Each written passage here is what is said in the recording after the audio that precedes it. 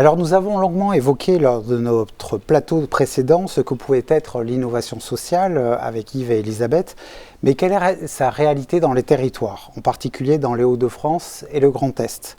Pour échanger sur le sujet, nous accueillons sur ce plateau Ahmed Egazi, directeur de l'URIOPS Hauts-de-France. Merci Ahmed d'être à nos côtés. Et Catherine Imbert, directrice de l'URIOPS Grand Est. Alors Ahmed, nous avons vu lors du précédent reportage dans le Nord que les associations innovent depuis longtemps et n'ont pas attendu la crise pour le faire. Mais la crise a quand même accéléré un peu la tendance qui s'est amplifiée. Dans quel domaine ces innovations sont-elles les plus notables ? Alors effectivement, dans ce contexte de crise, on a des effets qui étaient davantage de l'ordre de l'adaptation. Bien sûr. Il y a un premier effet que j'ai envie d'évoquer, et on a parlé tout à l'heure de la question des territoires, c'est la coopération qui s'est mise en œuvre dans les territoires entre les différents acteurs associatifs. Assez rapidement, on a vu que sur un même territoire, des acteurs intervenant dans des champs très différents se sont mis en lien pour voir ce qu'il était possible de mutualiser. Il y a eu de la mutualisation de personnel avec des personnels intervenant normalement dans des établissements fermés ou intervenant par exemple en milieu ouvert qui se sont rendus disponibles pour intervenir là où il y avait des besoins de renfort en personnel. On a aussi On l'a vu dans le secteur de la protection de l'enfance. Ça a été le cas dans le secteur de la protection de l'enfance, ça a été le cas dans le champ du handicap, ça a été le cas dans pas mal de secteurs en réalité. On a vu aussi sur des aspects beaucoup plus fonctionnels, des commandes groupées par exemple, d'équipements de protection individuelle. Ça peut paraître anodin, mais à un moment où il y avait une pénurie et des montants minimums de commandes par exemple, qui rendaient difficiles les commandes pour les plus petites associations, il y a une solidarité qui s'est installée entre acteurs associatifs justement pour que tout le monde puisse s'adapter. Alors, c'est peut-être pas de l'innovation au sens strict du terme, mais en tout cas, je trouve que ça vient bien illustrer finalement à la fois l'agilité, la réactivité du secteur associatif et en se fondant sur les valeurs de solidarité, encore une fois, qui sont portées par nos adhérents. Par vos adhérents, d'accord, très bien. Alors en matière d'accompagnement également, les acteurs, les associations ont beaucoup innové. Alors c'était essentiellement lié au confinement, mais est-ce que tous les secteurs ont été touchés de la même manière par ces évolutions justement des modes d'accompagnement des personnes fragiles ? Alors, évidemment, en fonction de leur spécificité, ils ont été touchés de façon assez différente. J'ai envie de prendre un exemple, on ne pourra peut-être pas balayer tous les champs, mais on a par exemple des acteurs, des adhérents dans le champ de la prévention spécialisée qui nous disaient, là où notre travail quotidien, il était d'être au contact des jeunes là où ils sont, et le plus souvent dans la rue finalement, en période de confinement, par définition, il n'y avait plus personne dans la rue, il n'y avait plus ces espaces de contact, et donc ça a amené les acteurs de la prévention spécialisée à adapter les accompagnements sur, par exemple, de la visioconférence, sur des réseaux sociaux, etc. Le fait d'être en visioconférence, par exemple, les adhérents nous ont dit que ça les amenait à être beaucoup plus en contact avec les familles que ça n'était le cas auparavant, et donc la possibilité d'aller travailler sur des sujets qui étaient peut-être plus difficilement exploitables ou travaillables précédemment. On a aussi vu quelques associations qui ont pris le parti de complètement adapter leur activité, certaines par exemple pour lutter contre la fracture numérique, alors qu'elles étaient plutôt dans un travail d'accompagnement, ont récupéré tout un stock de matériel informatique pour le mettre à disposition des familles et permettre aux enfants de, par exemple, pouvoir suivre les cours ou aux personnes de réaliser un certain nombre de démarches. Donc les exemples peuvent être extrêmement nombreux, mais là aussi ce qui est intéressant de noter, c'est une capacité à dire on va changer un petit peu l'angle de nos missions, on va compléter les missions qu'on fait habituellement, et deuxièmement aussi l'adaptabilité des professionnels qui se sont effectivement adaptés et identifiés des nouveaux moyens d'accompagner les personnes. D'accord, alors justement, un certain nombre d'initiatives sont tout à fait liées à la crise, mais est-ce que maintenant que les actions ont été menées, est-ce qu'elles ont des chances, dans leur grande majorité, de perdurer, ou est-ce que c'était vraiment une parenthèse et en fait, une fois que la crise sera terminée, alors je m'avance un peu parce qu'on ne sait jamais quand elle sera terminée cette crise, mais est-ce qu'il y a des chances qu'on revienne à la situation d'avant ? Alors c'est un peu compliqué de répondre à cette question, puisqu'effectivement si vous avez une boule de cristal, voilà. Oui. Je l'ai malheureusement pas, et puis il y a un paradoxe, on est à la fois tenté d'en parler au passé, mais on est aussi encore en plein dedans. Alors j'ai envie de répondre un peu alors évidemment c'est très compliqué de répondre, mais répondre un peu à rebours de votre question avec peut-être un point de vigilance. On s'est effectivement largement adapté. Quand je dis on, les associations de terrain se sont assez largement adaptées. Il faut aussi avoir en tête qu'on a beaucoup fonctionné en mode dégradé quand même. Ce que j'appelle mode dégradé, c'est des ressources qui étaient limitées, l'impossibilité de faire comme on aurait tout à fait souhaité le faire. Et il ne faudrait pas finalement que ce mode dégradé devienne un mode un petit peu normal, en se disant finalement ça a fonctionné. Si on prend un exemple extrêmement concret, ou si on vient illustrer ça, on a pu entendre, moi je trouve de façon un petit peu cynique, que ce confinement allait accélérer le virage inclusif. Il y a effectivement un certain nombre de personnes qui sont restées à domicile plus que d'habitude. Il y a effectivement des situations où ça s'est bien passé. On a aussi beaucoup parlé des questions d'isolement et on n'a objectivement pas beaucoup de recul sur ce que ça a pu produire. Donc peut-être pointer d'une part l'enjeu d'avoir une observation un peu distanciée et quand même un peu sur le long terme de ces phénomènes, et puis d'en profiter pour aussi repointer quand même certaines exigences. Si je refais le lien avec le sujet précédent de l'inclusion, évidemment sans être réfractaire, bien au contraire, mais on a vu que par exemple les acteurs de l'aide à domicile, qui sont des acteurs qui sont absolument essentiels dans ce virage, eux ont été en très forte difficulté pendant cette période de crise. Donc voilà, vigilance, observation, évidemment garder ce qui a bien fonctionné et le meilleur et continuer à capitaliser dessus, mais rappelons-nous aussi quelles sont les exigences de l'accompagnement des personnes. Très bien, je vous remercie beaucoup Ahmed. Alors, dans les Hauts-de-France, on a innové, mais dans le Grand Est aussi, on a innové. Catherine Imbert, vous êtes directrice de RUYOPS Grand Est, donc vous êtes particulièrement bien placée pour observer les innovations associatives en cours, sans forcément dresser un panorama de tout ce qui s'est passé durant la crise, parce que malheureusement, on n'aura pas le temps. Quelles sont les innovations les plus significatives dans le Grand Est ? Oui, eh bien c'est vrai que si on a une acceptation vraiment large de la notion d'innovation, on en viendra à repérer beaucoup de choses. On n'a pas pu tout repérer et il y a encore des choses. Une émission de 10 heures. Oui. Voilà, on pourra encore repérer beaucoup de choses. C'est pour dire que je ne peux pas être exhaustive, c'est clair. Mais ce qui est peut-être surprenant, et Ahmed en a parlé, c'est l'accélération malgré tout de l'utilisation du numérique pour des accompagnements, pour maintenir du lien. Et ça a vraiment été important parce que c'est quand même qui était très réfractaire à cette utilisation de ces nouveaux canaux. Donc le canal existait, mais les contenus, il fallait les réinventer au jour le jour en fonction des situations, et ça, c'est vraiment une révolution dans les pratiques sociales, il me semble, que ce soit des bénévoles ou que ce soit des professionnels. Autre chose aussi, liée un peu au numérique, c'est la mobilisation des réseaux sociaux sur les territoires, mais pour constituer un réseau de partenaires locaux. Alors ça, je trouve ça très nouveau, parce que justement, l'association, elle a vocation à réunir sur son territoire, mais là, elle a utilisé des moyens tels que les réseaux sociaux. Et puis, autre chose également, c'est, alors un peu à l'inverse de cela, c'est l'idée de mettre en place une équipe dédiée qui va faire un accompagnement sur du moyen et long terme en fonction de la situation. On parlait d'enfants pendant les vacances scolaires, par exemple, de Pâques, qui n'ont pas pu partir. Eh bien, il y a des équipes dédiées qui se sont occupées de ces enfants. Résultat, beaucoup moins de stress et moins de rupture de parcours, en quelque sorte, puisqu'ils étaient en quelque sorte confinés. Ça, c'est aussi, il me semble, assez notable. Et puis, je dirais la dernière chose, c'est que dans cette période-là, eh bien, tout compte fait, les associations ont pu innover, mais sans avoir à répondre à des appels d'offres, parce qu'elles n'en avaient pas le temps, de toute façon. Certaines non plus, mais certaines ont eu les moyens, les ressources d'innover sans appel d'offres. Voilà. D'accord, très bien. Alors justement, innover, c'est à la portée d'un certain nombre d'acteurs associatifs, mais ce n'est pas à la portée de tous les acteurs associatifs. Et il y a des associations qui souhaitent innover, mais qui ont du mal. Comment est-ce qu'on peut concrètement les aider à innover ? C'est une question compliquée, ça. Oui, c'est une question compliquée, mais alors je vais répondre avec peut-être une solution. C'est très bien. Une solution que tout le monde a, qui a été très utilisée, c'est la recherche-action.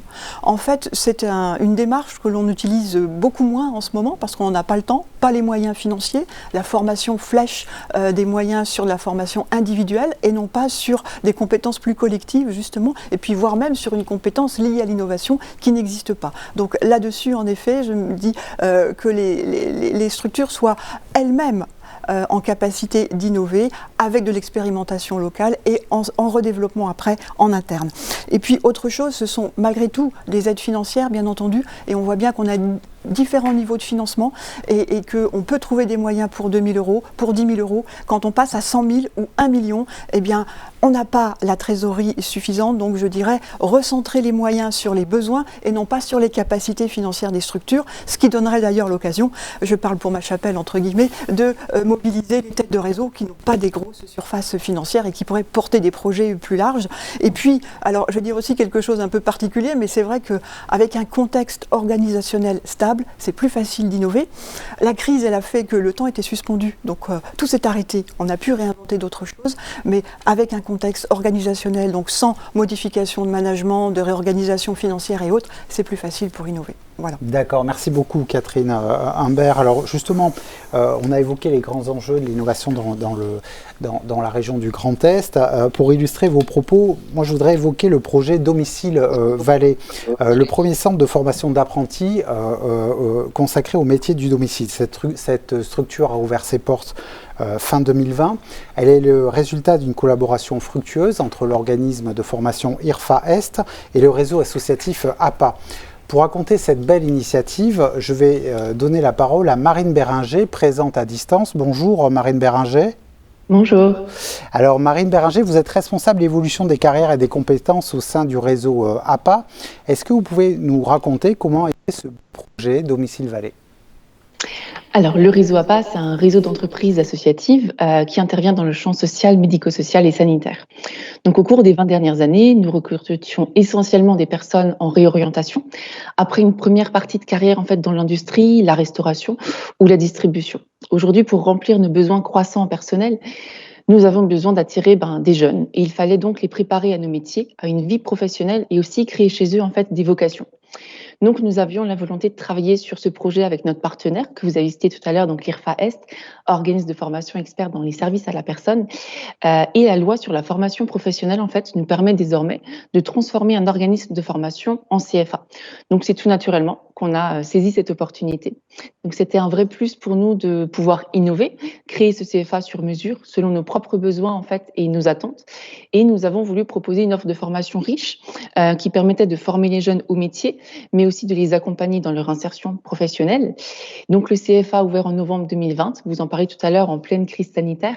Et c'est grâce, en fait, à la coopération entre de nombreux partenaires que ce projet a pu aboutir. Donc, l'IRFAS, bien évidemment, mais aussi la Mahatma Gandhi International School, élan sportif, la méthode Anne-Marie Guénard et l'auto-école Larger. Tout ça n'a pas pu aboutir tout seul. D'accord, très bien. Alors justement, comment fonctionne ce centre très concrètement ? Moi, j'ai eu l'occasion d'échanger avec les apprentis qui sont dans ce centre, qui sont ravis de ce qu'elles font, parce qu'elles sont majoritairement filles. Voilà. Mais comment, puisque l'offre de formation est très large dans ce centre, est-ce que vous pouvez nous expliquer en quelques mots comment tout ça fonctionne ? Oui. Donc, Domicile Vallée, en fait, propose 2 formations en apprentissage dans les services à la personne. Donc, c'est dédié aux jeunes de 16 à 29 ans qui sont souvent novices, en fait, dans le milieu professionnel, mais qui souhaitent s'investir dans une formation et dans un nouveau métier. Donc, actuellement, on accompagne plus de 30 apprentis, dont un homme, et on a souhaité un accompagnement, en fait, à 360 degrés. Donc, j'entends par là, on les forme au métier via une pédagogie innovante grâce à la Mahatma Gandhi International School. On leur propose aussi des mises en situation professionnelles qui sont réalisées dans des plateaux techniques qui leur permettent vraiment de maîtriser les gestes du quotidien. Ils bénéficient aussi de cours de sport chaque semaine. Donc, c'est un lieu en fait pour évacuer les émotions, mais aussi asseoir leurs conditions physiques ou créer de la cohésion de groupe. On a aussi voulu les sensibiliser à l'orthographe, à la grammaire et même à des cours de théâtre qui sont inclus dans le parcours de formation pour développer leur confiance en soi. On parlait tout à l'heure de soft skills. Un élément important pour nous, c'était de financer en fait la passation du permis de conduire. Donc, aucun frais pour les jeunes pour passer leur permis, et ce qui permet en fait de développer leur employabilité dès la réussite en fait de leur diplôme. Et enfin, le rythme d'alternance, donc 1 semaine en centre et 3 semaines en entreprise, offre aux apprentis la possibilité d'intervenir au domicile dans des situations nouvelles et parfois complexes. Donc, le tuteur en fait a un rôle prédominant dans l'apprentissage du métier pour les écouter, aider, les rassurer. Et ce lien constant entre tuteur, apprenti et CFA renforce vraiment la réussite de ces jeunes. D'accord, très bien.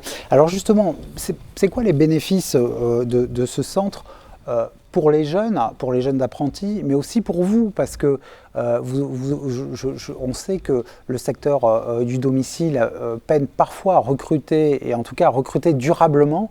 Est-ce que justement la création de ce centre répond à cette problématique-là ? On l'espère, c'est pour ça qu'on s'est lancé dans ce projet, puisque Domicile Vallée va offrir en fait un cursus de formation vraiment complet. Innovant dans le secteur et avec un vrai accompagnement en fait, social dans la vie professionnelle. Donc en se formant très tôt dans la profession, ces apprentis auront beaucoup plus de chances de s'inscrire durablement dans le secteur. On sait que le secteur de l'aide à la personne est un secteur très porteur, qui offre de vraies perspectives professionnelles, mais qui attire très peu les jeunes. Donc nous, de notre côté, une fois diplômés, nous proposerons un CDI à ces jeunes avec une évolution de carrière au sein de nos différentes structures. Donc Domicile Vallée permet au réseau APA en fait, de renforcer à la fois son action d'insertion professionnelle, mais aussi de sa capacité en fait, à venir en aide aux personnes en perte d'autonomie, puisque chaque année, nous pourrons nous appuyer sur ces jeunes recrues, des professionnels volontaires, engagés, formés à nos métiers, formés aussi à nos valeurs, qui pourront répondre à ce besoin exponentiel de personnel et les inscrire chez nous dans la durée. Nous espérons aussi que cette nouvelle génération que nous formons actuellement nous aidera aussi à changer cette image des métiers du domicile et à favoriser la création de vocations. Très bien. Écoutez, je vous remercie beaucoup. Je vois que plusieurs questions nous sont posées, questions internautes nous sont posées. Alors, une question que je vais soumettre à nos invités en plateau. Pendant la crise, les associations ont eu carte blanche pour innover.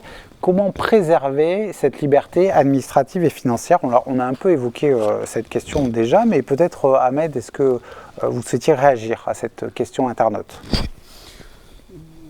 Oui, alors carte blanche, j'irai peut-être pas jusqu'à parler de carte blanche. C'est vrai, et Catherine l'a évoqué tout à l'heure, il y a eu une forme de souplesse finalement qu'on a pu constater pendant cette période de crise. Les exemples sont nombreux, les absences parfois de notifications MDPH, même si on faisait quand même une entrée en établissement, la question des indicateurs, des appels à projets, etc., qui a été mise un petit peu de côté. Donc oui, il y a eu vraiment de la souplesse.